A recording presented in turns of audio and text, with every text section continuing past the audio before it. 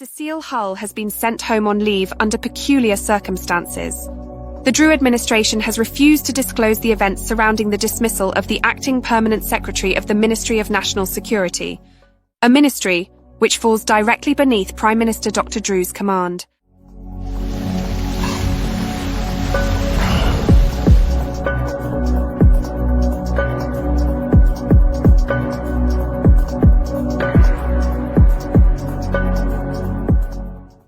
As Malcolm X says, make it plain.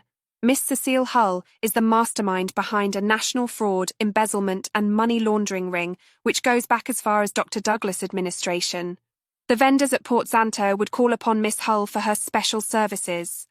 For her services, Miss Hull would meet her clients discreetly in a small room within the store away from staff and patrons to receive envelopes containing a large amount of cash, jewellery and other gifts for expedited work permits and renewals. Ms.Cecile Hull would utilise her position to buck the system. Miss Hull mistakes the service as her personal ATM machine. National security me ass.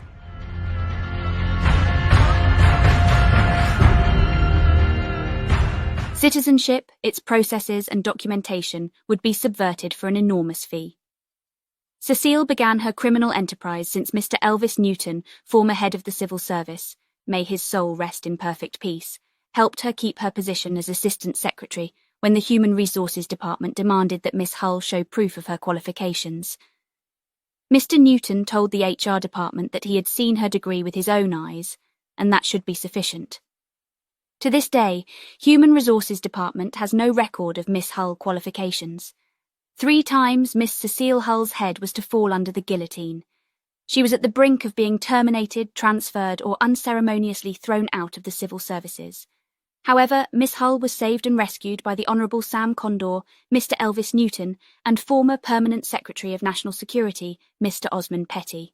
When the Honourable Sam Condor discovered that Dr. Drew was considering making Cecile Hull the permanent secretary, Mr. Condor pleaded with Dr. Drew that Cecile Hull was the absolute worst person for the position. Before Mr. Newton died, he saw how crooked you were. You backstabbed Newton, backstabbed Sam Condor, and backstabbed Mr. Petty, all of whom initially saved your backside when others in the government wanted to throw you out of the Ministry of National Security. Cecile Hull is believed to have practiced black magic or witchcraft. Miss Hull would be observed sprinkling unholy water while ascending the steps just before entering the offices of the ministry. Apparently, her voodoo was used to charm her way into the hearts and minds of persons in a position to assist her up the ladder.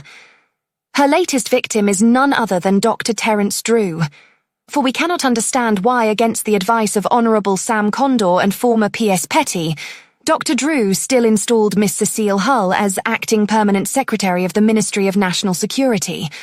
As permanent secretary, Ms.Cecile Hull used her exalted position to harass, frustrate and terrorise persons beneath her rank who refused to march in lockstep with her nefarious ambitions. Owing to her post, staff in the Ministry of National Security have resigned and request transfers out of her ministry. An attempt to save themselves from the corrupt practices and viciousness of the acting P.S. Hull. Nevertheless, the chickens have come home to roost, and no amount of potion and seances will save Cecile from the axe this time. It is our stand that as acting permanent secretary of the Ministry of National Security, Ms.Cecile Hull be brought to book for her deeds. After all, she was an executive member of the ministry, which dealt with prevention, detection and apprehension of crime and criminal elements of the society. Miss Hull was the part and parcel of the crime-fighting decision-making body which consisted of men of calibre, such as the Commissioner of Police and the Commander of the Army. Miss Hull was privy to intelligence and sensitive information which she employed to make successful her criminal activity. Who better to make an example? This is the administration's opportunity to demonstrate its so-called good governance agenda. Fraudulent credentials to the ministry, informing the ministry that they wanted to bring in people to be administrative assistants, when all these people were doing was being store clerks and sweepers and even house cleaners, advertising their jobs in the newspapers. but having no intention of hiring locals, etc., etc.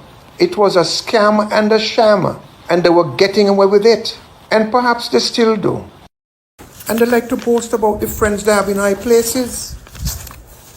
The integrity of the process is compromised. One of the legs of good governance is the rule of law. Good governance demands impartial enforcement of the law, requires an independent judiciary and an incorruptible police force. Therefore, we will shout it from the mountaintop. Off with her head,